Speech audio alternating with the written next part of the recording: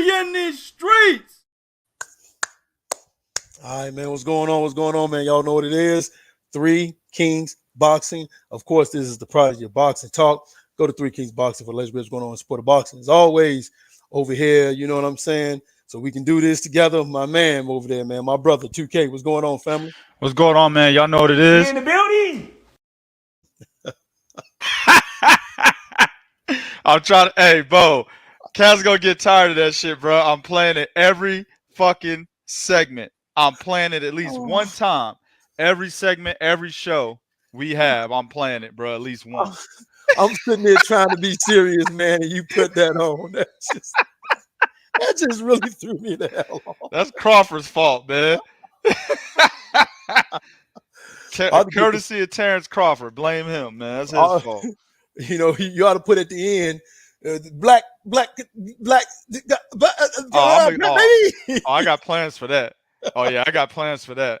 that part has already been clipped. I got plans for that one. Trust me. All right, man. And speaking of plans, as you guys know, man, we got a lot. You know what I'm saying? We got some fights going on. One very important fight too. Okay, but you know what I'm saying? It's boxing, so we got one important fight. Others, you know. Others are happening. Others are happening. They're taking place, but there's really one important fight. There's actually some fights on Sunday from Boxer, man. We got to cover that too. That's crazy, right? I ain't even know nothing about that. I didn't either. That's crazy, man. And I knew the schedule. I didn't either. So anyway, man. So as you guys know, Zack Parker and of course John Ryder is going to be fighting each other today as part of the WBO. I want to say title eliminator. It might even be for the WBO interim because that was the day supposed to be fighting. I know Zack Parker was going to fight Demetri Andre for that, and whatever knows what Demetri Andre is, we don't know where he is right now. But the winner of that is being projected to fight Canelo Alvarez. Now, let me just say this right here: I don't have a problem with guys fighting their way to get a fight. You know, when you fight your way, you deserve fight. It is what it is. I don't have a problem with that. This is what I have a problem with. I have a problem with the fact that you can take the winner of Zack Parker and Ryder and say, hey, man, they may fight Canelo. But when it came to Andre, we didn't hear that. When it came, you know what I'm saying? Like, we're not even hearing that when it comes to David Benavidez, Decatur Plant. We're just hearing it's an eliminator. But nobody's saying, hey, man, the winner is next to fight Canelo. We're not hearing that. Eddie Hearns is actually talking about, man, this winner, even though Zack Parker is with Frank Warren, but this winner, you know, I'm going to introduce these guys to Canelo Alvarez. Why didn't you introduce Demetri Andre to the motherfucker? Well, because I said it before on another show. Canelo made it clear behind the scenes, you know, this is speculation, but man, dog, common sense. You know what I'm saying? Like, I understand, you know, people like Canelo Alvarez. He has fans. Of course, he's an athlete. He's going to have a fan base. Hell, we're not even, you know, athletes on here on a daily basis, and we have a fan base. So, of course, he's going to have one, right? So, at the end of the day, listen, he obviously told Eddie Hearn, using common sense, hey, I know you got Andre. Don't think that fight is going to happen. Probably didn't say it in those words, but that discussion was had, bruh. You see what I'm saying? We already knew because Andre was signed first. Then it was Canelo because he got Andre back when he got fucking Jesse Vargas. Remember that? And he had brought in Jarrell Miller and shit to fight Anthony Joshua.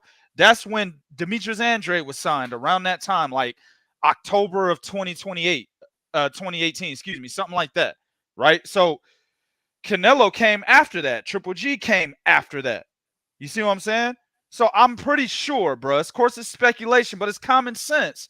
There was a discussion about not making a Demetrius Andrade fight, whether it was Canelo and fucking Eddie Hearn or Oscar De La Hoya and Eddie Hearn. Because real talk, I don't think it's Canelo per se. I do think he is a little weary of that matchup. But I've always thought it was Oscar De La Hoya that didn't want to make that matchup because he was the one that came out back in like 2014, 15 or so and said, hey, who is Andre? Nobody knows this guy. Back when Andre was a WBO champ, Canelo was the #1 contender. De La Hoya was the one that came out. Nobody knows this guy. He's a nobody. But as soon as Liam Smith gets that WBO belt, it was all balls to the wall to get in the ring with a Liam Smith. See what I'm saying? So ever since that time, I knew based on common sense, that Oscar De La Hoya was not interested in putting Canelo Alvarez in the ring with Demetrius Andrade. And maybe that has something to do with Oscar De La Hoya's career, right? We talked about that in the last show on the fantasy matchup with De La Hoya versus Devin Haney. De La Hoya always had trouble with prime elite black fighters. Maybe that's why he didn't want to put Canelo in the ring with that guy. This motherfucker, that's when Canelo was sitting there arguing with Oscar De La Hoya about fighting Erislandy Lara. That's why De La Hoya was like, no Lara, we're gonna fight James Kirkland, right? Yep. And Canelo was cool with that until the Mexican fans got on his ass. Yeah. When they got on his ass, he was like, hold on. They're basically saying I'm a punk. And I'm no punk. Oscar, you need to make the fight with Erislandy Lara. Yes, we know Lara's Cuban, but look at his skin. Look how he fights, right? By what's that boy? What's the damn trainer's name? The one that trained Gennady Golovkin that said black fighters are boring. Abel Sanchez, right? Black fighters are boring, right? Their style was boring. We know what that means. The slick boxer that is defensive is boring, right? That was Erislandy Lara. We know he's not black, but according to Abel Sanchez, he has a black man style, correct? So Oscar De La Hoya was like, yeah, I don't want you fighting that guy. Canelo's like, make the fight. My fan base is on my ass. You need to make that fight. It's the only reason why that fight was made. You see what I'm saying? Right. Oscar De La Hoya didn't really like the Austin Trout matchup either. That's why they petitioned to not have the fight in Las Vegas, moved it from Las Vegas to San Antonio, Texas. Why do you guys think that happened? Yeah. The fight was initially in Las Vegas. And I told you guys, when that fight was in Vegas, I had my money on Austin Trout. Yep. When they moved it from Vegas to San Antonio, Texas, I immediately withdrew my bet. Hey, bro, I got a bet on there. Austin Trout. I mean, take that shit off, bro. Put it on Canelo Alvarez. That's exactly what I did. That's exactly what I did, right? So that's why they did that, because they knew that there was going to be an advantage even in that fight for an Austin Trout. They needed more of an advantage against a prime black fighter. So I think Oscar De La Hoya saw the same thing. Was like Demetrius Andrade with fucking with Matchroom. Oh no. And DAZN? No. We're not making that fight. We'll bring Canelo over, but don't bring over no goddamn Demetrius Andrade fight. Don't even think about it. Don't even fucking talk about it. I don't even hear Demetrius and Canelo in the same sentence. Nigga, when you think Demetrius, Canelo better not even be in your fucking mind when you think of his name. That's exactly what happened. And that's why when Demetrius Andrade crashed Canelo Alvarez's fucking post-fight presser, I forgot who he fight, but who fucking cares, right? I think he fought. Who did he fight? Was it Yildirim? Who cares? I don't give a shit. Anyway, when Andrade crashed his fucking press conference, right? And Andrade was like, yeah, we need to make that fight. Why do you think Eddie Hearn was sitting up there looking stupid? He wasn't advocating for Andrade, whom he had fucking signed first. He was advocating for Canelo because Canelo's the bigger cash cow. Yep. Yes, it makes sense, but that also gives credibility to what I'm saying about how they did not want Andrade and Canelo Alvarez ever to get in that ring. Y'all remember this press conference? Remember that? Who's sitting right there to his left saying absolutely nothing? Saying nothing. Nothing at all. He should now if there was really no conversation about never making an Andrade fight, he would have came on and been like, you know what, dog? Let me tell you something, man. I get it. You fought this guy. You fought that guy. You're going for undisputed, but Andrade is there. I would have said that. And guess what? I would have lost Canelo money. Because I would have said it. Because I would have breached our fucking verbal contract. I would have breached it. Yeah. You need to fight this dude, man. So that's why, right? Back to the whole topic or the original topic at hand. That's why you didn't hear shit about no Demetrius Andrade, bro. That's why you're hearing about the winner of fucking Zack Parker and John fucking Ryder. That's why you're hearing about that. Because those guys are easy matchups for Canelo. Canelo needs a tune-up before he tries to get Bivol back into the ring, right? Now, to Canelo's credit, from what I understand, they're trying to get Bivol in the ring without a tune-up. But I really don't give a shit, right? I don't care at the end of the day. I'm not interested in seeing Canelo fight the winner of Zack Parker and John Ryder. I am interested in seeing Canelo fight guys that he moved around, which was David Benavidez, who better, he's fighting Caleb Plant, so I'm fine with that. Jamal Charlo, who still hasn't fought anybody yet, and Demetrius Andrade. I want to see those fights. I've been wanting to see Charlo and Andrade since, 2014? It's 2022, dog. Do y'all understand? It's been 8 years. 8 years that those three guys have been campaigning in the same fucking division. Those three guys have been dominating in their own rights, right? And within the same divisions. And we did not get those fights yet. Canelo's beyond needing a tune-up at this point in my career, or in his career, excuse me. He's beyond needing a tune-up, in my opinion. Make the fights. We already know who wins between Canelo and Zack Parker, or Canelo and John Ryder. John Ryder had trouble with Daniel Jacobs. Yeah. A washed Daniel Jacobs on top of that. That's already taken place. Why do we care about Canelo and John Ryder? Well, he does need a tune-up 2K. No, he doesn't. For what? It's Canelo. What does he need a tune-up for?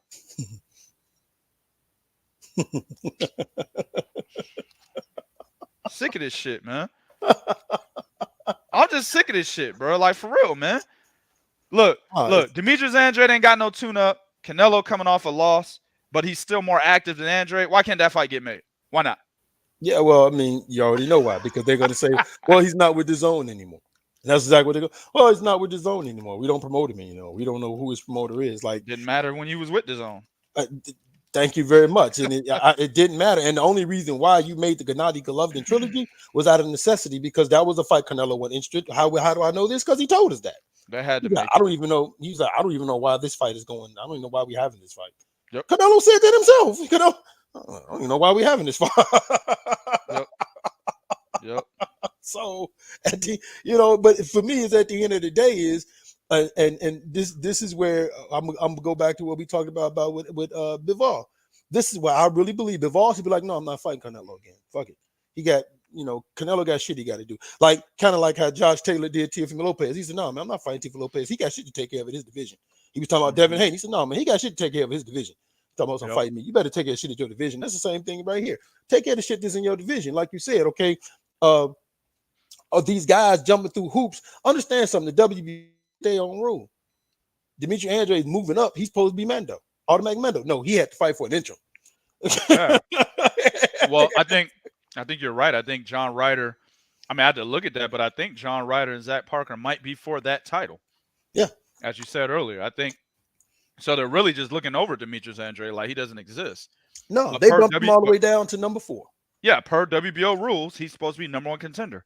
Much like how Oscar Valdez was number 1 contender when he had the WBO title at 126 and moved up to 130.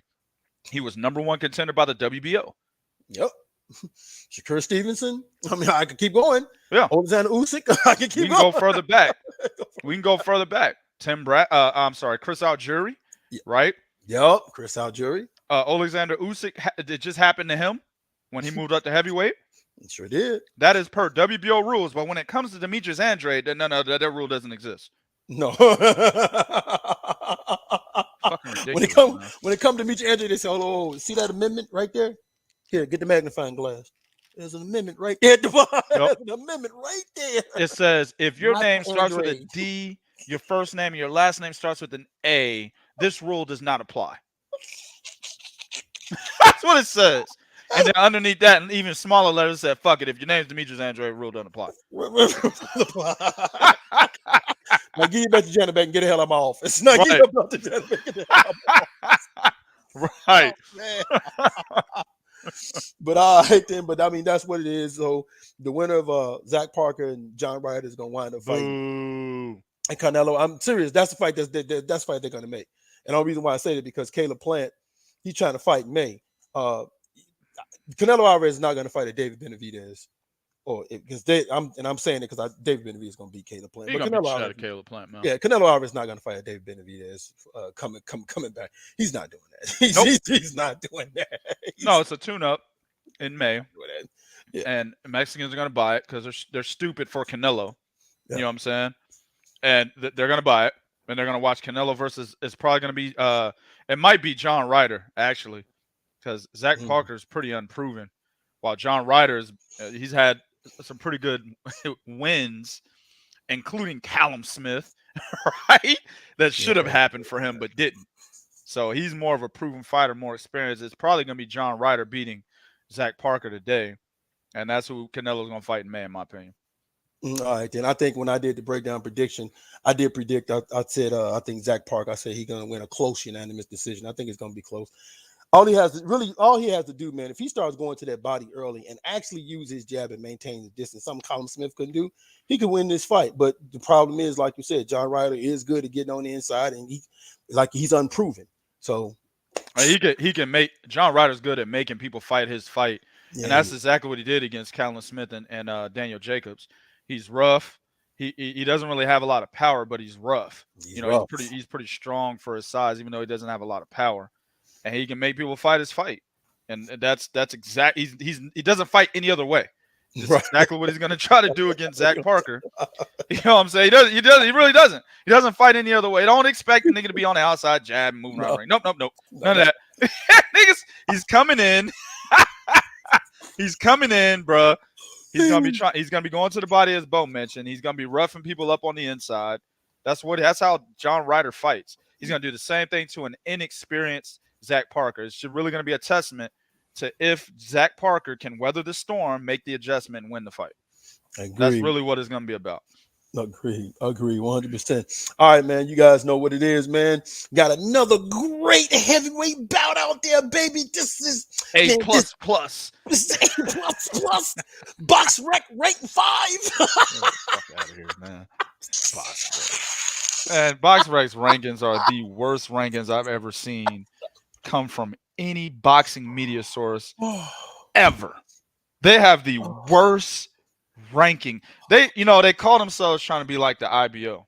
Like the IBO has their own ranking system with this points system that they have, and it works okay with the IBO. And the Box Rec tried to do the same thing. That shit it's a disaster for them niggas, bro. You know what I'm saying? Like that is the worst ranking system I've ever seen, bro. That shit is bad, man. Yes, sir. Yes, it is, man. But of course, you guys know we have Dillian Whyte taking on Jeremy Franklin. And here's the thing, man. Dillian Whyte is being pegged to fight Anthony Joshua in a rematch. Dillian Whyte has to have a dominant performance, point blank, period, from start to motherfucking finish. As a matter of fact, I'm not going to say from start to finish. The finish should be 3 or 4 rounds. If you want to convince me Dillian Whyte is worthy of getting a rematch at 35 years old, we know he's never been able to get that big fight, right? So if you want me to believe that he's worthy of getting back in that ring with Anthony Joshua, he needs to have a dominating performance. Anything less than that, anything less than him knocking this dude out in between round 3 and round 6, no, man, he's going to underperformance. Now here's the problem: Dillian Whyte will underperform. Why? Because it's Dillian Whyte. Dillian Whyte, he'll underperform. Why? Because it's Dillian Whyte. And I mean, we've seen it happen. He got in there with Povetkin, doing good, got caught. Right? We've seen this happen with him before. But he needs to have a dominant performance. They're slating him to fight Anthony Joshua rematch because they're trying to get Anthony Joshua win to rebuild Anthony Joshua. Man, what do you think about Dillian Whyte and Anthony Joshua rematch? Well, let me talk about Jermaine Franklin for a second, man. I think you're underrating my guy, man. You know what I'm saying? Okay, I'm sorry. Jermaine, the assassin Franklin, nigga, 21-0, 14 knockouts, bro. Did you not see what that nigga did to Rodney Moore, nigga? Did you not see what he did to Ed Fountain? Didn't sound like some motherfuckers I had cutting my grass. Him in my hedges. Yeah. 2 niggas that was out there trimming my hedges and planting my motherfucking garden, right? Yeah, man, I'm just saying, man. Shit, man. What the fuck? Look, at this point in Dillian Whyte's career, this nigga been on roller skates, doing the yabba dabba do and shit, getting knocked out, arm out the ring and shit. At this point, anything could happen, bro. Dillian Whyte fuck around going there and get knocked out, man. Povetkin knocked him out. An old ass Povetkin that should have been retired a long ass time ago knocked him out. You know what I'm saying? Slap him too. Yeah. Hey, hold on. Hey, what was it, Bo? What'd he do? Do it again. To the Jermaine Taylor. Slumped him. Jermaine was in that corner. Exactly. I never seen nobody get slumped. He was on his knees just. I never seen that in my life. That was crazy, man. I'm trying to tell you, man. So I'm just saying, he's only got 14 knockouts. He's a heavyweight. Typically, you want to see guys that are unknown, that are undefeated with this kind of record. You want them niggas to be like 21-0 with 19 KOs or 20 KOs or something. Exactly. He's only got 14 out of that 21. The nigga really hasn't knocked anybody out since he beat the unheralded, the ridiculously respected Rodney Moore this year in May, right? So before that, he hadn't knocked the nigga out since 2018, man. I just say, but Bo, you never know. You never know. It's Dillian. That's the thing. It's Dillian Whyte. You really don't know. It's Dillian Whyte. He's 35 years old. We don't know what he's like after being knocked out by Tyson Fury. We know if he get one thing about Dillian Whyte, we know if you connect, he's dropping. He's going like we know that. You know what I'm saying? Soft ass Junior Five, soft ass Junior Five's father. What was his name? Oh man, yeah. That nigga. There's Parker, right? Yeah, he hurt Dillian Whyte. Had him. Yeah, he did. Everybody got Dillian Whyte on skates at some point, man. Everybody does it. Hell, he was beating Oscar Rivas, and even Oscar Rivas did it. You know what I'm saying? So listen, man. Dillian Whyte is supposed to destroy this kid, but he is undefeated. He is called the assassin. And that's all I can say about the nigga. But the point is, the biggest point is he's undefeated. Dillian Whyte is in and out of boxing. Remember, he was supposed to retire after the Tyson Fury fight, and then he came back out of nowhere like, oh, he's fighting Jermaine Franklin. Everybody's like, I thought he retired or was going to retire. Right. So that means he's in and out of boxing. You just mentioned he's 35 years old. I just mentioned he's been knocked out several times. Hey, guys, I'm telling you right now, you never know. Jermaine Franklin might be ready. He might be. I'm just saying. Well, you know, a big supporter on this side in Clarissa, the Quote Shields. Hey, dog. Hey, that might be enough. You know what I'm saying? That might be enough for Mr. Franklin, man. You never know, bro. Dillian Whyte could fuck around and get knocked out. He ain't winning on points. So Dillian Whyte might fuck around and get knocked out. You know what I'm saying? So honestly, bro, I don't even know why we're even talking about, not me and you, but I'm talking boxing in general. Why they're even talking about a Dillian Whyte, Anthony Joshua fight, because this fight isn't automatic to me. It's not. I agree with that. You know what I'm saying? It's not automatic to me. He really has to beat this guy, and as you mentioned in this topic description, he needs to win easily, bro. Like he needs to dominate this Jermaine Franklin guy off of the fact that nobody knows him. Remember, who was Paul Williams' tune-up, Bo? Oh, Erislandy Lara. Yes, sir. Yep. Yes, sir. Nobody knew who Lara was except the nigga had a draw with Carlos Molina. That's the only reason why people knew who Erislandy Lara was. And Paul Williams, after getting knocked out by Sergio Martinez, picked Erislandy Lara as a tune-up, much like Dillian Whyte's picking Jermaine Franklin. And guess what? Paul Williams looked like shit. He should have lost that goddamn fight. He sure did. Who was Oscar De La Hoya's tune-up? Who was it, Bo? Felix Sturm. Felix Sturm. Nobody knew who Felix Sturm was. Undefeated fighter. Nobody knew this guy. He was just a guy that Oscar De La Hoya was supposed to run over before he got to Bernard Hopkins. Guess what happened? Felix Sturm tapped that ass like he was a $5 hooker, bro. He should have definitely got that W against Oscar De La Hoya. But they had a bigger fight on the horizon. In both situations, Lara and Felix Sturm had to knock out Paul Williams and Oscar De La Hoya respectively in order to get wins. I'm saying the same thing has to happen to Jermaine Franklin here. Right. My man Alex said Jermaine Ortiz. Exactly. He's another one. He's another one. Right. He sure is. You're absolutely right, man. Jamel Herring was supposed to beat that dude. Nope. Chris Colbert. Nope. No, sir. Nope. I bet Chris Colbert one of them makes me laugh before I move on, because we was telling cats, man. Oh, y'all sleeping on Hector, man. We was telling cats, like, man, y'all sleeping on Hector Garcia, man. Sleeping on that cat, man. For real. Yep. Dominican nigga was hungry. Hey, man, y'all sleeping on him, man. Chris Colbert over there talking about other cats. I forgot who he was calling out at that time. Who was it? I can't remember who he was calling out at that time, man. It wasn't Frank Martin. No, Frank Martin is new. It was somebody he was calling out at that time. But he was. Chris Colbert was sleeping on Garcia. Talking about his chicken shop. Yeah. Exactly, bro. All right, man. So you guys know, man. So a lot of things been going on here with Tank Davis, man, and there's a lot of things with Tank. So you guys know, Tank was on this podcast called The Rise with Blue Blood. He was on there. They was talking about sparring session that took place between Tank Davis and, of course, Devin Haney and Shakur Stevenson, right? And pretty much it came up about what happened in sparring. And one of the things that kind of sparked Davis, that kind of got him upset, is when it was mentioned that, hey man, we heard that you got Tank one sparring, but Tank kind of gave it to you. And Tank like, no, man. Y'all know how Tank is, you know what I'm saying? No, man. His daddy had to come save him one time, and another time, man, I gave it to him. But that's not the story that I heard.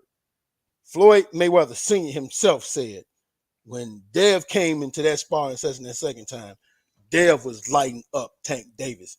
And then, of course, he didn't try to trash on Shakur Stevenson, but at the same time, he like, hey man, young boy tried to get me. I will say this. Tank has been known to, in sparring to like take it seriously, and then guys respond back to him, man. What's your thoughts on this? Because personally, I want to see you fight these guys. Sparring don't mean shit to me. And at the time you sparred them, neither one of these guys probably was mature enough or at that age enough where they are right now. I need to see you fight these guys right now. So to kind of go over like what was said on that podcast, man, like Blue Blood came out and said, shout out to Blue Blood.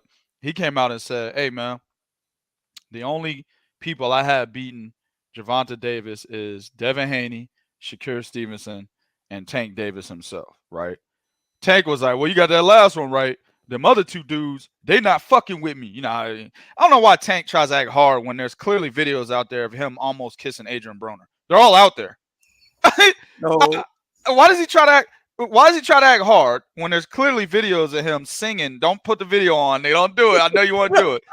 Don't do it. There's clearly videos of that nigga dancing and singing in the car. There's clearly videos of that nigga dancing butt naked in his kitchen with some drawers on in front of dudes. Why does he try to act hard? And why do people allow him to act hard? I've been like, Tank, stop, bro. Stop talking like this, man. This is not you. This ain't you, bro. You know what I'm saying? Don't do this. But anyway, he's like, man, them niggas can't fuck with me, nigga. None of these niggas fuck with me, nigga. None of them can fuck with me, nigga. Nigga, they been in the ring with me. I cracked them. Huh? So Blue Blood was like, oh, that's not what I heard, nigga. I heard, you know what I'm saying, Devin whooped your motherfucking ass. Like the nigga on Menace to Society that was sitting at the table when that punk ass nigga Chauncey was mad. The nigga at the table was like, he was like, well, so I'm just saying, man, I watched the tape right now. That nigga can't whoop your motherfucking ass, nigga. Right? That's how Blue Blood was. Well, that's not what I heard, nigga. I heard nigga whoop your motherfucking ass, bro. Y'all niggas. Tank getting mad and shit, right? That nigga ain't never had no one up on me. He ain't had no one up on me. Did they tell? They said it was two sparring sessions. The first sparring session, Devin Haney's dad, Bill, took him out the sparring session, which is true. That's already been confirmed. The second one, he states that Devin Haney almost knocked him out in the Mayweather gym. Or I'm sorry, he states that Tank almost knocked out Devin Haney in the Mayweather gym. And this is the part where Bo is saying, well, Floyd Mayweather Sr. is not saying that. Floyd Mayweather Sr. is saying the opposite of what Tank is saying. You almost knocked him out, but Floyd Mayweather Sr. is saying, no, Devin Haney was piecing your ass up, right? Mm-hmm. Moral of the story is Tank Davis is out here saying, and when, let me say this, when Blue Blood said that, Shakur was one of the guys that can beat him, he said none of them niggas is touching him. And he cracked both of them in sparring, right? Moral of the story is Tank is out here running his mouth, right? And he went on to say anybody at 130, 135, and 140 can get it. But all we're seeing niggas that are getting it are motherfuckers we already know you can beat outside of probably Garcia. But I think he beats Garcia too, so put him in there. I think it's a better matchup than what he's been facing outside of Leo Santa Cruz and maybe the guy 140 right now. He was at 147. I forgot his fucking name. From San Antonio. Not Mario. Come on. Yeah, Mario Barrios. So maybe Mario Barrios, right? Right. But Hector Luis Garcia, in my opinion, has more tools in his tool chest than Mario Barrios, in my opinion. Now, those two would never fight, right? One's at 147 now. The other one's moving up to 135 to fight Tank. That would never happen. But I'm just saying, in terms of how Hector Luis Garcia fights, he has more in his tool chest than Mario Barrios. So Garcia might be the best matchup that Tank has fought outside of Leo Santa Cruz. But remember, he's moving these guys up. You know what I'm saying? These guys are being moved up in weight. Yeah. He's not fighting them at their weight class or anything like that. Exactly. Now, again, Tank is moving down, but Tank has already stated he could fight at 130, 135, and 140. So I don't think it's that big of a killer to him to move down as it is to get these guys to move up and fight a power puncher that's been knocking everybody the fuck out in and around that division. You see what I'm saying? It's much more of a risk for them. So outside of that matchup, bro, we haven't seen you giving it to anybody at 130, 135, or 140 that fucking matters. You're sitting there saying these niggas can't touch you, but you ain't making none of these fights. Don't blame Floyd, Leonard Ellaby. Well, I want to hear that goddamn song, nigga. Don't blame them, right? If you really wanted a fight to happen, you would tell these niggas to make the fight. Right? He would be the first fighter in boxing history, right, that says, that admits, well, I do want this fight, but they won't let me fight him. He'll be the first one to do that shit if this nigga tried to cry a song saying Floyd and Leonard Ellaby won't let me fight these niggas. If that was his response to 2K. Because I'm saying, nigga, you're saying they can't touch you. Why ain't the fights being made then? He would be like, well, they tell me I can't fight him. He'd be the first nigga in boxing history that said his goddamn promoters won't let him fight somebody who wants to fight. Yeah. I haven't heard that. Anybody heard that? I've heard you heard that? Yeah. Who said it? He did when they tried to get him to fight Lomachenko. Oh, he said it again. Oh, yeah. this nigga again. Remember when he tried to fight Lomachenko? Remember that shit? Yeah, same motherfucker saying it. So basically, he's saying he's gonna say it again. Right. I've heard fighters say that the other fighter's promoter won't let him fight. I've heard fighters say, well, we're on different networks. I've never heard a fighter come out and say, my promoter won't let me take that big fight and stay with the promoter. Haven't seen that yet. That's a new one. So that's the only response Tank would have for me, bro. Outside of, well, I sent them niggas contract. No. We know you didn't do that. That's a lie. That's false. Well, we were in negotiation. No. You were never in negotiation. That's false. We already know that. You know what I'm saying? A lot of that was a lie. Right? Where's Mari at when you need this nigga, man? You know what I'm saying? Where's he at? Right. So there's nothing that this nigga would be able to say to that. And that's something I would have said on the show. Well, you're saying these niggas can't touch you, then why ain't you fighting them then? His only response where we could be like, okay, that's a valid response, is him saying that Floyd Mayweather and Leonard Ellaby won't let me fight those guys. That's it. Exactly. Because we know you weren't in negotiations with none of them. No. But you're out here acting as if everybody's running from you. He stated that. He said after these next two moves, which I'm assuming is Garcia or the Garcias, Hector Luis Garcia and Ryan Garcia, he said, I'm coming directly at them. Now, he didn't say no names, but the topic of conversation was Devin Haney and Shakur Stevenson. Mm-hmm. And he said, watch, they're going to keep running. What do you mean? Running from who? You? When? Because I seen Devin Haney going for undisputed while you're still fighting WBA regular champions. What are you talking about? Running from who? Shakur Stevenson, this nigga's a multi-division champion, right? This nigga WBO at featherweight, WBO and WBC at 130. Now this nigga at 135 trying to get a belt there. Yep. What are you talking about? He wasn't the that belt too. Right, and exactly, Bo. And like I said, Tank Davis is not a multi-division champion. He's not. He's a multi-division minor title holder. Yes. Oh, you about to make some motherfucker. I don't give a fuck, nigga. Hey, you already know. You already know who gonna get mad at 2K. You already know. Give a fuck. Tank Davis is a multi-division minor title holder. This nigga's a one-division, two-time champ. You know what I'm saying? Right. Multi-division minor title holder. Meanwhile, Devin Haney is undisputed at 135. And Shakur Stevenson is a multi-division champion. A real champion. Yep. Hell, So even Lopez is a unified real champion. Real champion. Right. So running from who? What would they be running from? Running to greatness, nigga? What the fuck are you talking about? Right. Running to domination, nigga? What? Running to the pound for pound list? You're not on there, sir. Nope. Devin's on there. Shakur Stevenson can be placed on there. I have no problem with that. I don't know who you put him over, but he could be on there. Yeah, so right now you're right about that. Yeah, I don't know who you put him over, but tough, nigga. Yeah. To me, Shakur Stevenson's like number 11. 1 to 10, he's like 11, 12, 13, somewhere in there. Tank, like 75. Damn. You got to make a top 100 list to be able to include Tank. What the fuck this nigga been doing to get on a pound for pound list? Fuck out of here. Devin Haney's absolutely on there, though. 100%. Oh, yes, sir. So these niggas are running to the pound for pound list while you're running to the WBA regular title. Get this nigga the fuck out of here. Nobody running from you, nigga. But we know that you are not trying to make those fucking fights. We know that. Yeah. You couldn't even fight Tevin Farmer, nigga.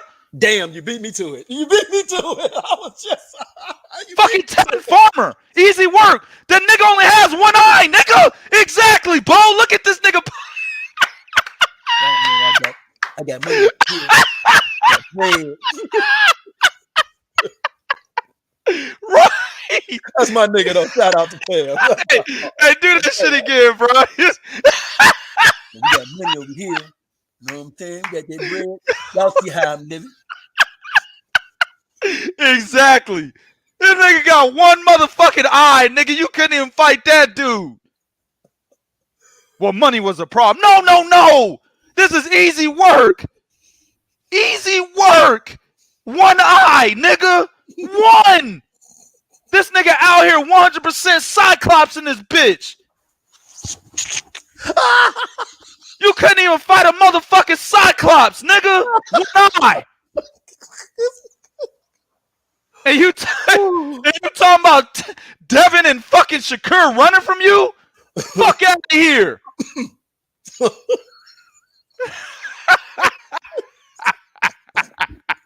Shout out to Tevin Farmer though, man. Yeah, hey, that's the dude. But come on, man. Y'all know how we do over here, man. This is what it is, nigga. What it is, man. Hey, nigga, we clown, bro. Nigga, you get mad, I don't give a fuck, nigga. That's man. Look, bro. If you grew up and your boys didn't clown you, nigga, then I question where the fuck you come from. You know what I'm saying? Man, nigga, I clown Bo all the time. Bo be clowning me too. Fuck it, nigga. Shit, laugh, nigga. It's funny. Although I must admit, I take more hits than I give sometimes. That's true, but still.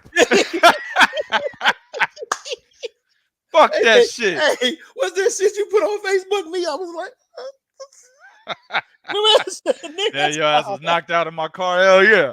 No, not the car. Remember the hotel? I drank some of that whiskey. That nigga was out of there, bro. But I'm saying, man, yeah, you know what I'm saying? But it's the truth. You know, ain't no knock on Devin. We clowning, man. It's what it is. If I get mad, I don't give a fuck, nigga. You already know I don't give a fuck. You know what I'm saying? But this is true. You had an advantage over Tevin Farmer, not just because the nigga only got one eye, because you were a better fighter than him. Right. I was like, yeah, you know, Tevin's gonna look good early, but he's gonna get knocked out. You know what I'm saying? That was an easy one to call. And you couldn't even make that fucking fight. No. So ain't no way that you're going to convince me that Shakur and Devin Haney, two niggas that have chased greatness in their young careers already, while you're still not doing it, are running from you. Get the fuck out of here, man. That's a good point, Hobie. He said Farmer even had less power. Yeah, exactly. Like Farmer even had less power than Tank Davis, man. Listen, man, at the end of the day, here's the thing, right? You talking about somebody running from you and all that. I specifically remember a Devin Haney telling a Stephen A. Smith, where Stephen A. Smith said, who's ducking you? Be Pacific, I want names. And he named you. He said, Tank Davis? He named you. Yeah. I specifically remember he didn't shy away. He said, Tank Davis. Matter of fact, remember that time, Tank? Do you remember when Devin Haney was in Vegas riding bicycles with Floyd, and he called out you and Adrian Broner, and y'all was like, oh, always all good when the motherfucker with Floyd. Remember that? Yep. And what did Devin say? Now, y'all notice how motherfuckers got a lot to say, but they never say, okay, let's fight. Like, Yep. so That's right. what do you mean they're running from you? Like, even fucking Ryan Garcia, as much as we talk about him, even he's calling you out. Now you're fighting him because, of course, that's the fight that you believe you can win, right? Which we believe you can too. But don't make it seem like Cats is running from you. Ain't nobody. Shakur Stevens definitely isn't running from you. I can tell you that right now. He's already said he'd love to fight you, right? Matter of fact, Shakur, and to show you the kind of dude Shakur Stevenson is, he's like, hey, William Zepeda, here's a contract. Now, when I fight William Zepeda, I want there to be a title eliminator because I want the top dog, Devin Haney. That's what he's saying. So who's running from you? Like, honestly speaking, Tank, who's running from you? You know, at the end of the day, man, hey, I hope he backs these words up. That's all I can say. Okay, man, if you think they're running from you, put a contract out there for him. Back your words. Exactly, bro. That's my thing.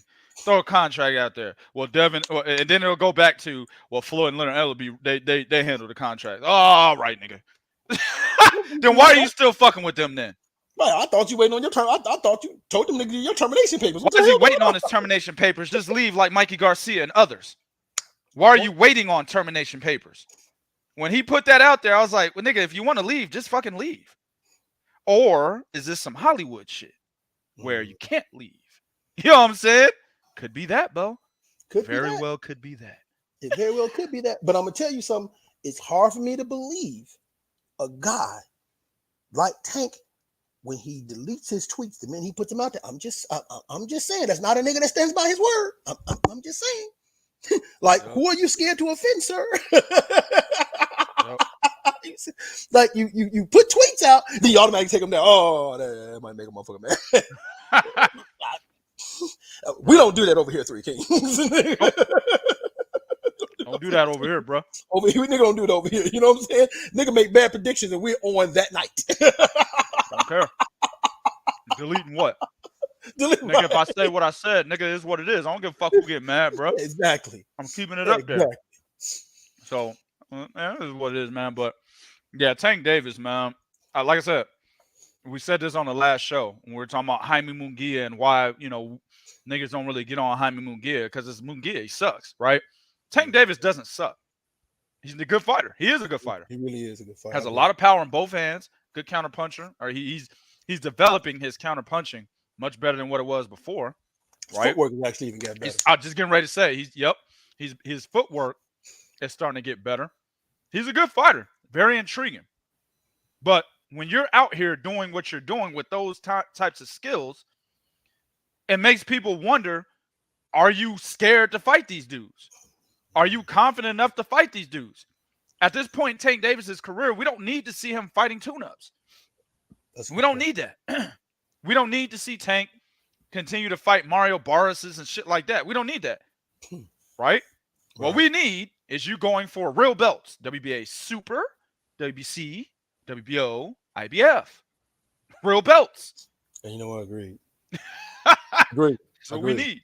Agreed. We need you out there doing legacy type shit. Fight Ryan Garcia is not no legacy type. No, I don't even like the. I was gonna say I'm not even too big on the Ryan Garcia fight, where given that Tank has already been a champion at 130. This is the magnitude of the situation that people are not understanding, bro. Tank has already been a WBA Super twice at 130 and an IBF champion at 130, guys. He's already been a multi-time champion within one division. At this point in his career, he needs to go for bigger names that have accolades as well.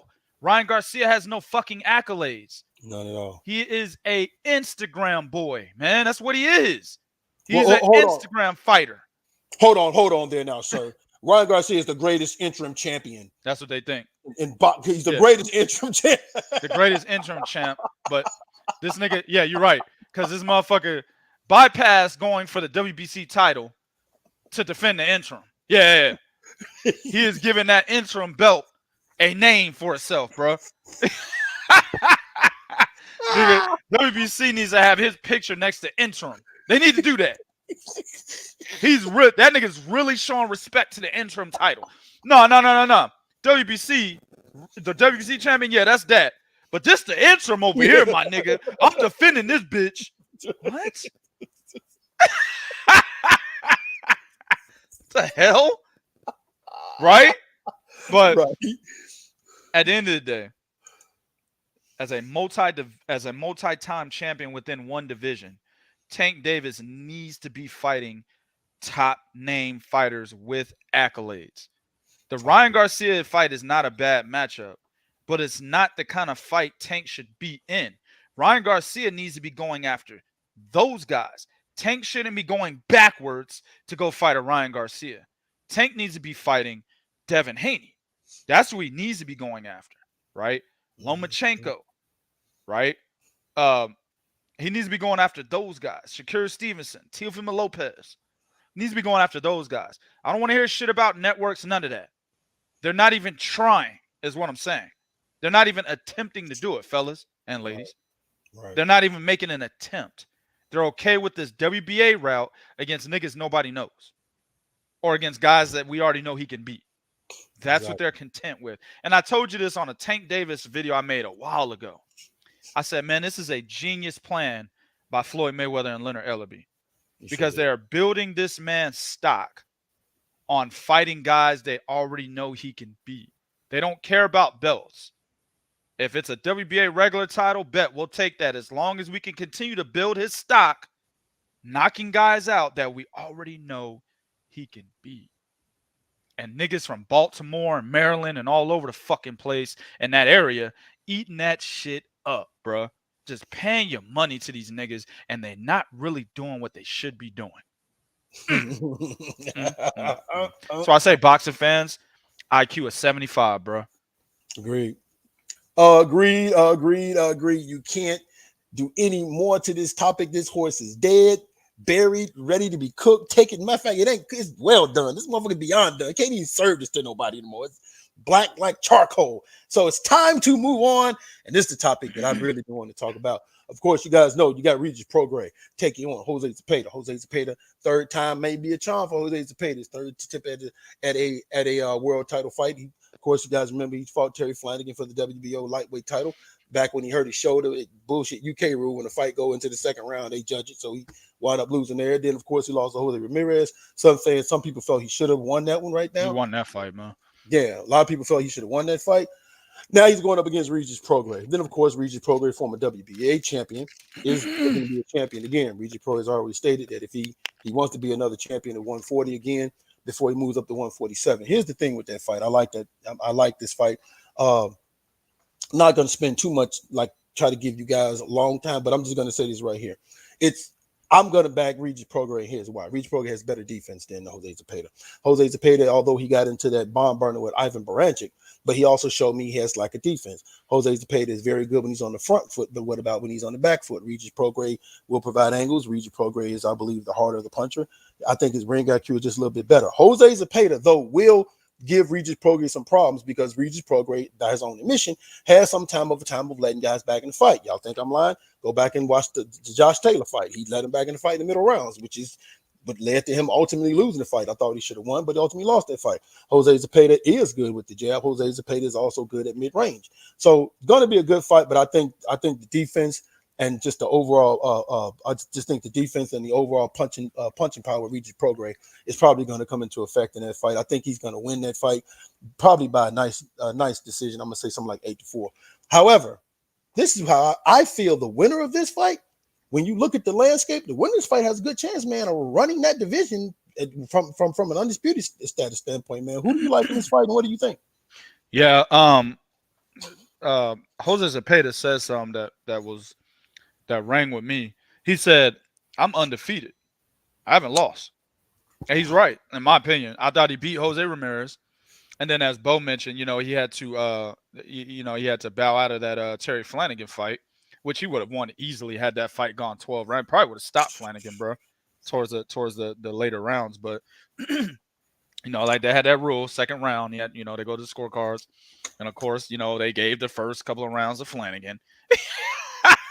You know what I'm saying? So it is what it is. But Yeah, I agree with him. Theoretically, he hasn't lost in the ring. Zepeda's a good fighter.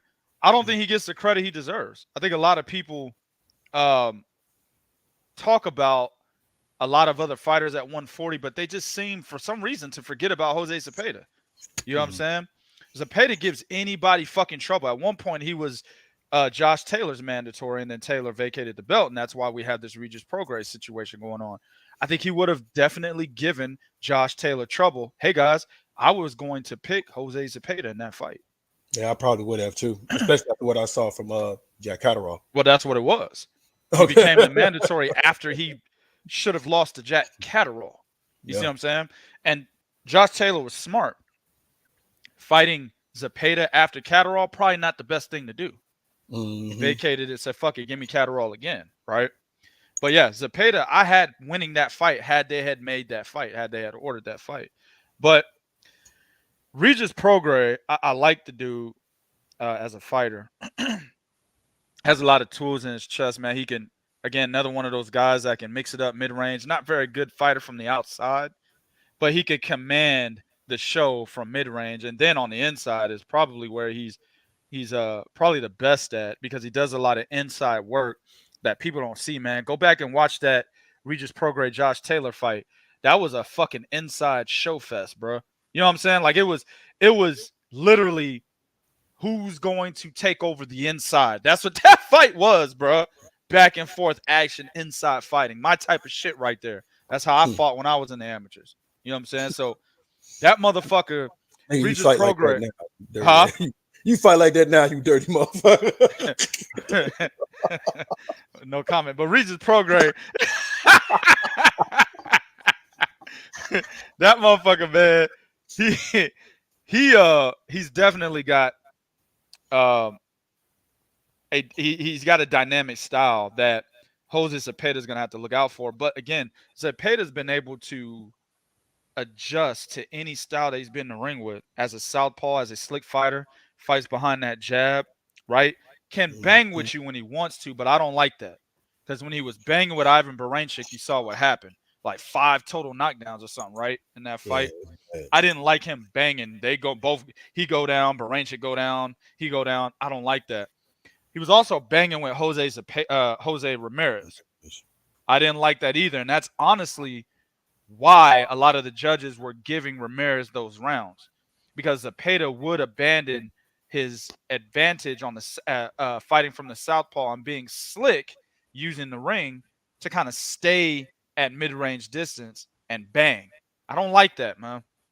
I think what Jose Zepeda needs to do against Regis, because Regis is a come-forward fighter first. That's what he does. Yeah, I agree. You're fighting a come-forward fighter first. You need to provide angles. All right? Jose Zepeda has the ability to provide angles for 12 rounds. He has that ability. He has that ability to stay on the outside, use his jab, and use the ring to keep Regis Prograis away from him. But I don't think he's going to do that, Bo. That's never been his style. To do it for 12 rounds anyway. Right. He might do it in the beginning of the fight, middle of the fight, start banging. Then after that, start going back out again. Then start banging again in championship rounds. He'll do shit like that. When he bangs, he loses. There's no way he wins those rounds, bro, when he's banging. He's a decent fighter from mid-range and inside distance, but he is nothing compared to what Regis can do at those distances, bro. Mid-range, Regis easy. Inside, doubly easy for Regis. You see what I'm saying? Right. I think that's going to be the key to this fight. Zepeda and his ring generalship. How long can he keep it up? Good point. I don't think he's going to keep it up for 12 rounds. I think he's going to give away a lot of rounds because it is in his nature to bang when he shouldn't be banging. I got Regis Prograis. I'm going to say 7-5. I think it's going to be a split decision. It's going to be a good win for Regis because he is poised to take over the 140-pound division. That's why he stayed there, right? Yeah. He was going to go up to 147 and fight Maurice Hooker. Maurice Hooker backed out of that. But really, at that point, that's when Prograis was like, you know what, fuck it. I'll go back to 140 because I do want to fight Josh Taylor again. And that's actually the fight he's been asking for. He's saying after he beats Zepeda, he wants Josh Taylor. Well, I don't think Josh Taylor stays at 140. No. After he wins or loses, either one, to Jack Catterall, he moves up to 147. He's out. You know what I'm saying? Regis, I would not advise him to go after Josh Taylor at 147. Not yet. Stay at 140, right? What is this belt for? Is it WBA? WBC? Yeah. WBC. So you'll have the WBC title. Stay at 140. Try to get the winner of Subra Matias and Jeremiah Ponce whenever that fight comes back on.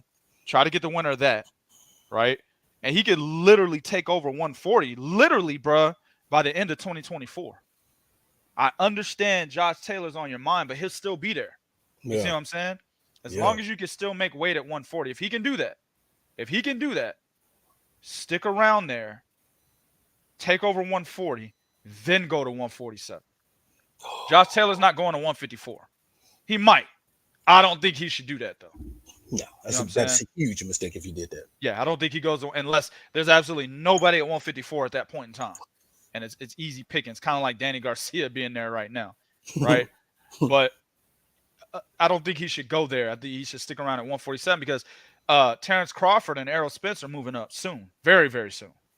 So 147 is going to be open to Boots and Virgil Ortiz. And Josh Taylor can be right there, right?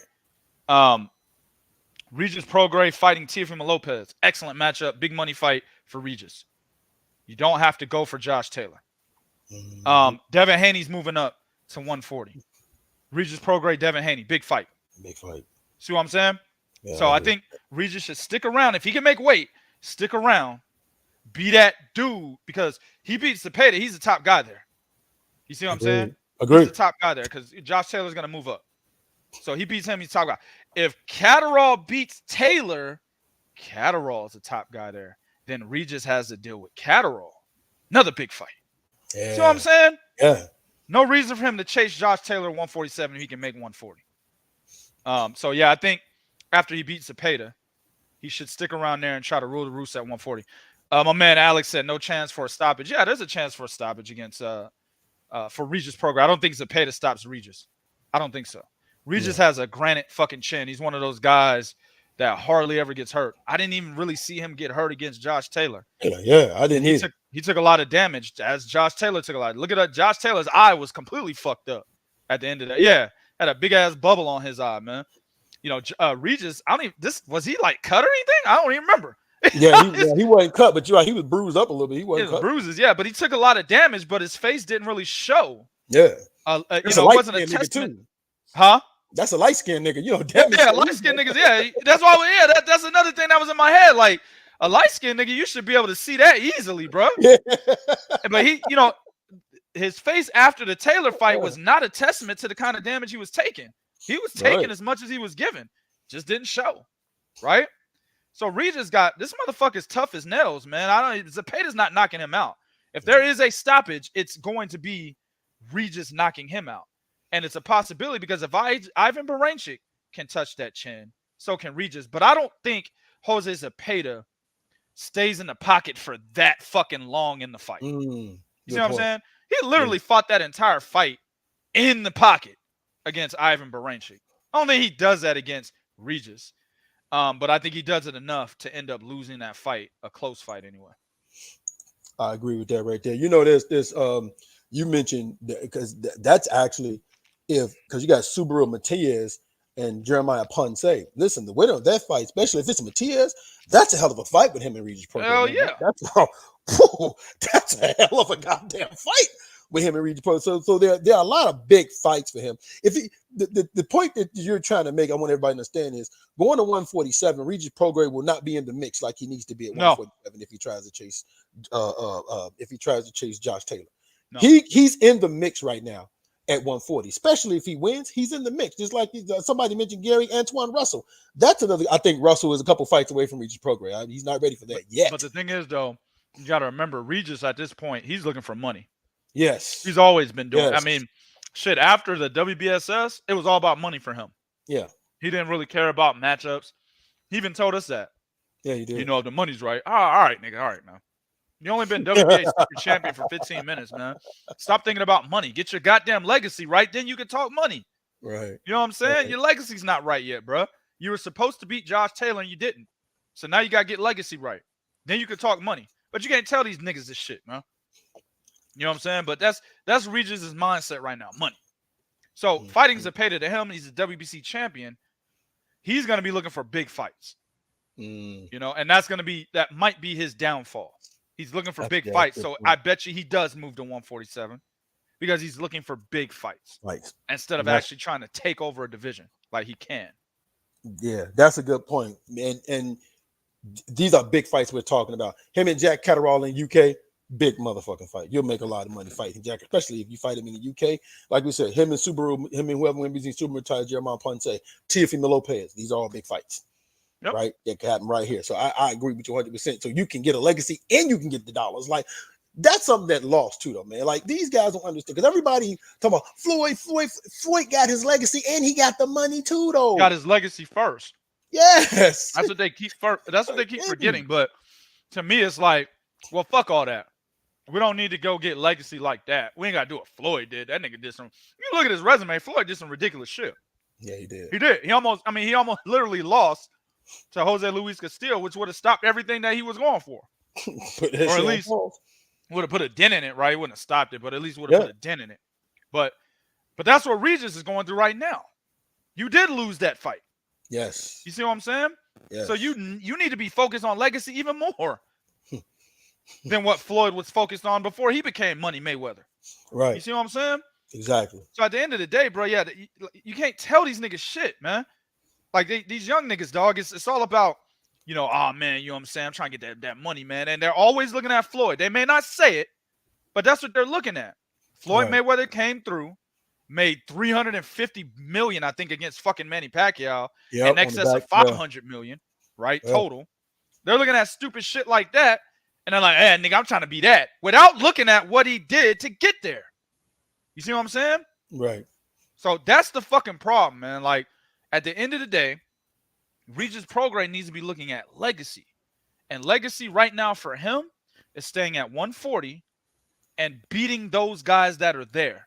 Because when you do that, the money's going to come in the form of Devin Haney moving up. Right? Ooh, yes.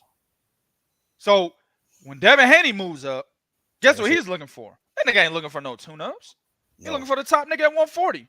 Well, if you've established yourself as that before Haney gets there, guess who he's gonna be going for? You. But you can't tell these niggas that shit, bro.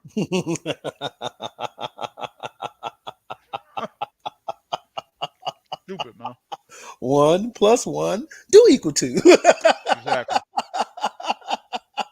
Exactly. Alex said legacy fights equal money fights, which they don't understand that. Exactly, bro. Exactly, bro. Exactly. All you got to do is look at, Marvin Hagler and Tommy Hearn, Sugar Ray Leonard and Duran. Like, those are legacy fights that is equal money for all them motherfuckers, right? The four kings. Motherfuckers fought each other, made millions of dollars fighting each other, right? So, yeah, all you got to do is look at the blueprint that's been laid out before you, man. But, you know, like you said, man, we can't tell these guys nothing. But looking at that fight, you know, as you guys know, I got Regis Prograis. I said 8-4. My man Prodigy said 7-5 by split decision. And you know what? You might be right because, like I said, Regis Prograis, we saw that in Josh Taylor fight. He's even admitted himself that sometimes during the fight he be dominating so much he gets kind of bored. Now he's promising total domination in this fight. I just don't think he should overlook Jose Zepeda. This is no, you know what I'm saying? This ain't Joel Diaz Jr. No, sir. Hell no. Remember when Jose Zepeda fought this dude's brother? Knockout victory. You can see the fans heartbroken here for Jose Vargas. Like there's a reason why I showed that video, bro, because it's a testament to how underrated Jose Zepeda is, man. Yeah. Like, they niggas literally went in there, dog. Bo, they picked Jose Zepeda, nigga. Jose Vargas, yeah. That's what I'm saying. Jose Vargas picked Jose Zepeda. They picked him. Yeah. They picked him. They picked Jose Zepeda like, yeah, that nigga next. Yeah. What? Y'all not been watching this motherfucker? Oh, they did. They sure did. It could be a situation where they didn't, a lot of fighters and trainers be like, well, I don't watch, I don't watch other fighters. Maybe that was it. They didn't watch him. Yeah, he looks fine. What is he, 2 losses? Who did he lose to? Terry Flanagan and Jose? Man, give me this nigga. That's probably what they did. There's no way you watch tape on Jose Zepeda if you're on Josue Vargas' team. No way you watch tape before you making that fucking fight, bro. No way. Because I remember when that shit happened, when that fight was announced, I was like, dog, what are they doing? Josue Vargas ain't good like that. He ain't good at all, actually. Another Edgar Berlanga, but at 140. You know what I'm saying? And Edgar Berlanga is terms as, being overrated. He doesn't fight the same way. But I was like, what the fuck are they doing? That's how underrated Jose Zepeda is, bro. I'm telling you guys, don't underrate him going into this matchup. Prograis could stop him. Prograis is that good. He's a good fighter. He could stop him. But I'm not going to underrate Jose Zepeda, bro. This motherfucker has more than proven himself as a top junior welterweight, man. Agree, 100%, man, 100%. Like you just said, right there. I just remember they was like betting on Jose Vargas, like. Yep. They was talking shit to Zepeda at the press conference. Knock you out, motherfucker. Knock him like. They didn't watch tape. They obviously didn't watch tape, dog. Jose Zepeda was like, who the fuck is this nigga? Zepeda was like, he literally did. He was like, he should have done that. no, what the fuck? Yeah. Zepeda's like, hey man, I thought I was just getting a tune-up. What the fuck? This nigga's really thinking he gonna win. That was Zepeda's reaction, like, hey, y'all said this is a tune-up. Why is this nigga talking to me like this? Exactly. He was like, yo, did somebody tell this nigga something different? For real. Is he really trying to win? The fuck? What the fuck? Well, I guess I'll take this fight seriously then. There you go. That's exactly what happened, bro. Zepeda was gonna let that nigga go like 5 rounds. He was gonna let him go like 5, 6, 7 rounds until he was talking shit, realized the nigga was really gonna win or try to win. He said, oh shit, this nigga really gonna try to beat me. Here you go. Nigga, 1 round. Get this nigga out of here, please. Or 2 rounds. Get him out of here. This nigga out of here, man. Should have been 1 round. Ref should have stopped the fight, nigga. Oh man. Oh man, it's like that dude. Like you know how you be doing something, and somebody say, hey, motherfucker, I'm gonna fuck you up. You be like, oh, what the fuck is this dude? Who is he talking to? Whose man's is this, bro?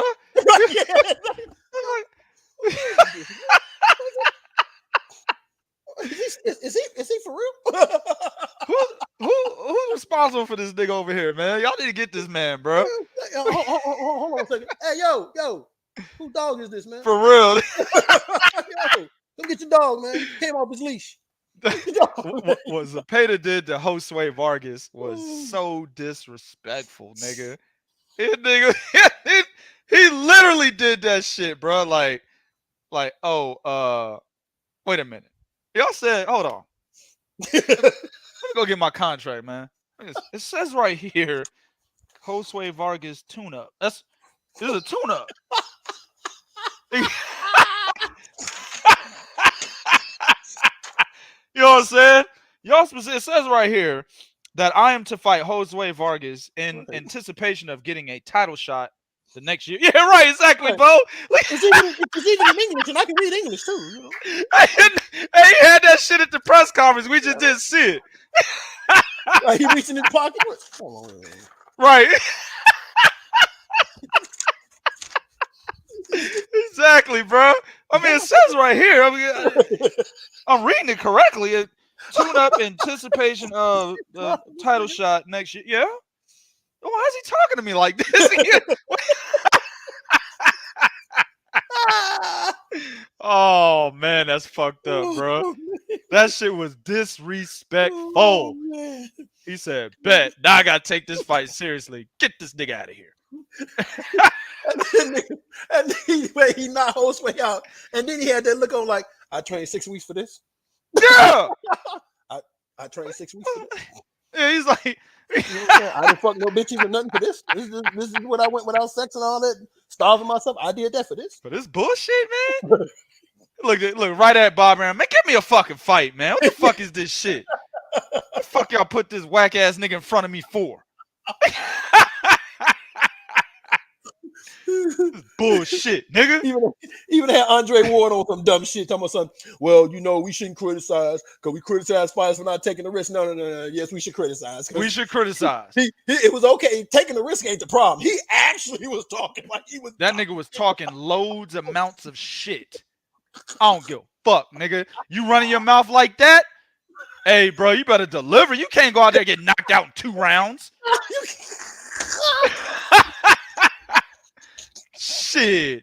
Who the hell is Jose Vargas any goddamn way? Right. He was like that in the first round almost. They could have stopped it in the first round, Bo. Oh man. They just allowed it to go 2, and the nigga literally was it like within like the first 30 seconds or something? I can't remember that fight. It was so quick, I forgot. Early, he got hurt early. Got that nigga out of there, bro.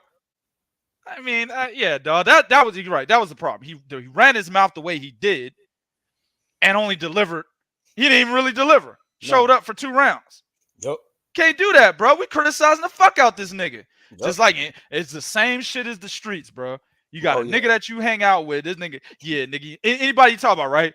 Oh yeah, I fucked that nigga up, bro. Nigga, I fucked that nigga up too, bro. And then one of them niggas come around, hit that nigga, bloop, and that nigga out. Guess what happens? Exactly.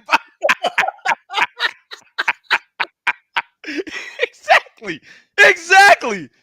Look at that nigga like, damn, bro. You say you was gonna fuck this nigga up. What happened? Yep. Got to tell the homies, dog.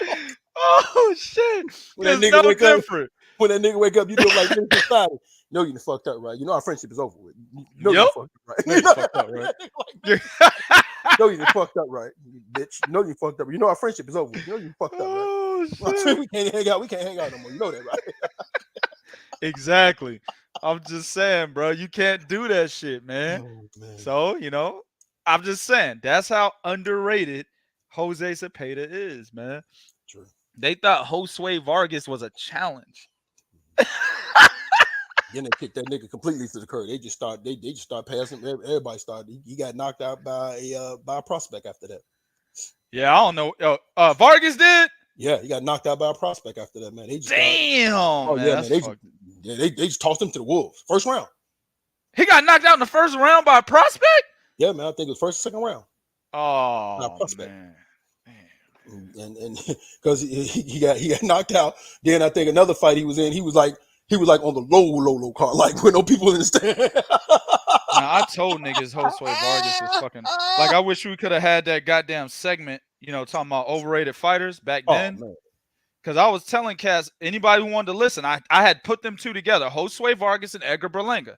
I said these two. I actually said it in my fucking Facebook page, talking about how I said, man, these New York Puerto Ricans are fucking overrated. And yeah, I remember that shit. Remember that post? And niggas was getting, some Puerto Rican dudes was getting mad and shit on, 2K don't give a fuck, nigga. But they was getting upset and shit. I remember that. But I said Jose Vargas and fucking Edgar Berlanga. You know what I'm saying? Yeah. And yeah, I'm looking at it right now. Dakota Linger knocked this nigga the fuck out. 2 prospect, rounds. Right? I think Dakota was a prospect, correct? I mean, if you want to call him a prospect, the nigga's 12-5-3. Oh, I didn't know that. The nigga's 12-5-3. If you want to call him a prospect. Oh, so he got exactly second Ezra and Heisenberg, D-level fighter. Yep. I mean, prospects can be D-level fighters. There's no level on a prospect, right? He just ain't a prospect we give a fuck about. Right. We'll never write a prospect. Not no 12-5. We'll never put a prospect watch out on Dakota Linger. It won't happen. You'll never see it on 3kingsboxing.com. If Dakota Linger fights, we're not covering it. We're not covering it, dog. Don't go to 3kingsboxing.com. Go to the fight recaps category and expect to see Dakota Linger in there. Not happening. Oh. He won't be part of the undercard coverage. Right. He won't even be a part of the consolidated article. He won't even be in there. That's the article where we put like all the motherfuckers in there that, you know, prospects and shit. He won't even be in there. Nope. That's sad. That's fucked up, man. All right, man. As always, man, y'all go to Three Kings Boxing, man, for the latest going on sport of boxing. Man, I want to thank all you guys for joining us, man, and being here, man. And as always, man, I want to thank my man Prodigy, man, for always taking time out so we can do this, man. Prodigy, man, go ahead and take us out. Y'all know what to do, man. Go to threekingsboxing.com for your source of pure and adulterated boxing information. Hit us up on Instagram at 3kingsboxing, Twitter at 3kingsboxing, Facebook.com/3kingsboxing, man. Also go to Prodigy of Boxing Talk on YouTube. Hit the subscribe button, hit the notification bell. The handle's at 2K to Prodigy. Also go to the link in the description to the 3 Kings Boxing YouTube channel. Hit the subscribe and the notification bell there as well. All right. Appreciate everybody in the chat. We had to do this shit because I promised my man Heisenberg that we would give a prediction video on Prograis and Zepeda. So I had to get my ass up and do this shit. Bo had to get up, do this shit. Bo got company and shit and still did it. You know what I'm saying? In the process, found some other topics to talk about. Y'all know what it is, man. Appreciate everybody in the chat.